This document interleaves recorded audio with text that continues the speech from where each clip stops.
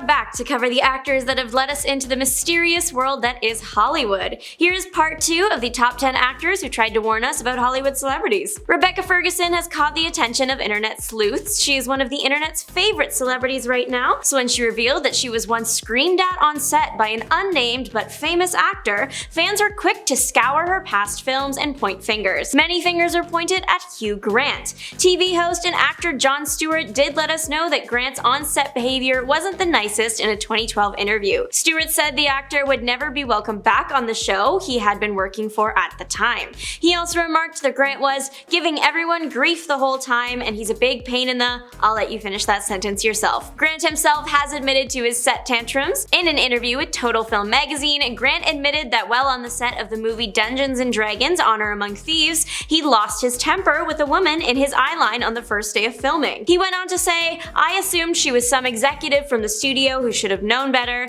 Then it turns out that she's an extremely nice local woman who was the chaperone of the young girl. Terrible, a lot of groveling." It's not clear if Grant is the one that yelled at Rebecca Ferguson, but Grant himself has admitted that Bridget Jones's Diary co-star Renee Zellweger is one of the few actresses I haven't fallen out with. So there's that. Charlie Sheen, who you may know from the TV show 2.5 Men, has a history of not being very nice to his partners. Actress Denise Richards let us know who this man is a long time ago. In May of 2006, she filed a restraining order against her husband, soon-to-be former husband, Charlie Sheen. The pair had 2 children together, one only 10 months old and the other was 2. According to the order, Sheen could only see the children if it was a supervised visit. Otherwise, Sheen had to stay 300 yards away from them and their mother, Denise Richards, at all times. The reason Richards had to get the restraining order in the first place was because Sheen allegedly said some violent things to her and handled her roughly. Similar situations would happen later on in Sheen's career with different women. Naya Rivera is most well known for her role as Santana Lopez on hit show Glee. The talented singer did try to warn us about another talented singer, Ariana Grande,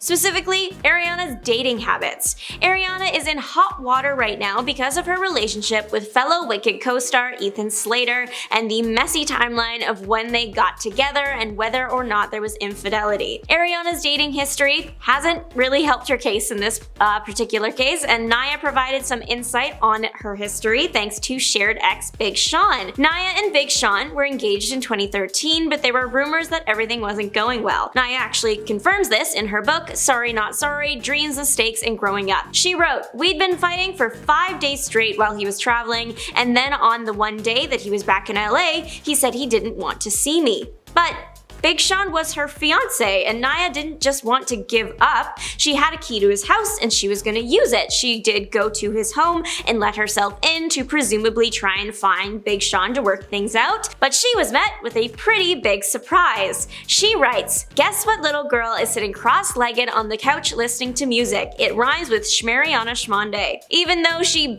basically name-dropped Ariana and Ariana and Sean started dating that same year, Ariana nor a rep of hers have addressed the book. Though she did famously reference Big Sean in her song, Thank You Next, with the lyric, "Thought I'd end up with Sean, but he wasn't a match." Big Sean did address his previous relationship with Naya when he wrote the song, I Don't F With You. The entire situation was not the best look for Ariana, and it seems we are seeing the same thing again a decade later. This point counts for 2 actors because they were warning us about the same guy at the same time. Actors Jim Carey and Cameron Diaz warned us about musician Chris Isaak way back in the 1995 MTV Awards. Chris and Cameron were presenting the award for Best Kiss together. Everything was going well until Chris leaned over for a kiss, and it looked like Cameron was not into it. She was leaning away from him, putting her hand up to try and block her mouth. It's a painful watch, to say the least. The winners of the category, they get announced, and it is Jim Carrey and Lauren Holly for Dumb and Dumber. You can see a smirk on Jim Carrey's face, the one that we all know now that means that man is up to something. The something in question for this award show was giving Chris Isaak a taste of his own medicine.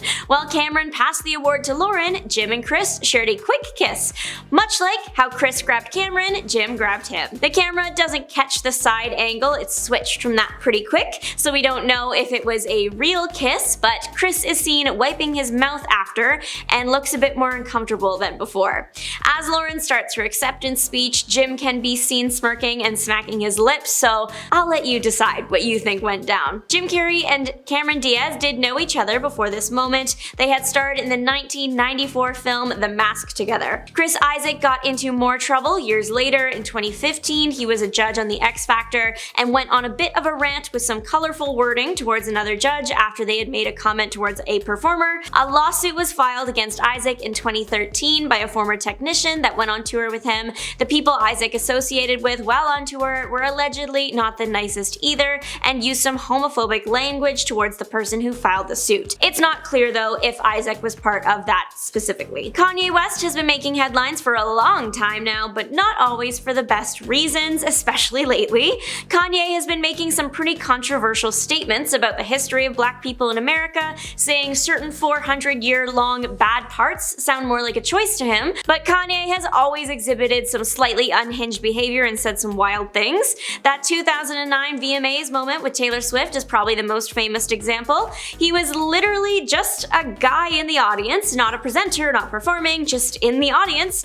Well, not for long. He jumped up on stage and then after his little speech, he was allegedly ushered out of the building. It wasn't until years later that we actually got clarification from him on why he decided to steal the spotlight like that. He explained all of this on Nick Cannon's YouTube talk show, Cannon's Class. Kanye said, "If God didn't want me to run up on stage and say Beyonce had the best video, he wouldn't have sat me in the front row. I would have been sitting in the back." But when you put it like that, point is, his most recent comments are still shocking, but more expected when you take into account past behaviors.